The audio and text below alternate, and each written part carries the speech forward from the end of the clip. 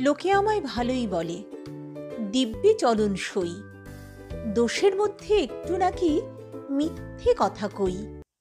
ঘাটশিলাতে যাবার পথে ট্রেন ছুটেছে যখন, মায়ের কাছে বাবার কাছে করছি বকম বকম, হঠাৎ দেখি মাঠের মধ্যে চলন্ত সব গাছে এক এক রকম ভঙ্গি ফোটে, এক এক রকম নাচে। ওমা, দেখো নৃত্যনাট্য! যেই বলেছি আমি, মা বকে দেয়, বড্ড তোমার বেড়েছে ফাজলামি। চিড়িয়াখানার নাম জানো তো?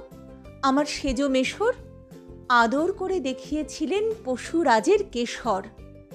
কদিন পরেই চুন খসানো দেওয়াল জুড়ে একই ঠিক অবিকল সেই রকমই মূর্তি যেন দেখি।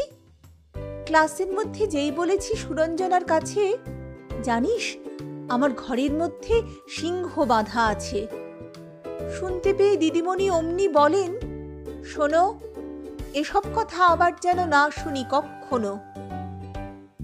বলি না তাই সেসব কথা, সামলে থাকি খুব। কিন্তু সেদিন হয়েছে কি, এমনি বেয়াকুব, আকাশ পাড়ে আবারও চোখ গিয়েছি আটকে। শরৎ মেঘে দেখতে পেলাম রবীন্দ্রনাথকে।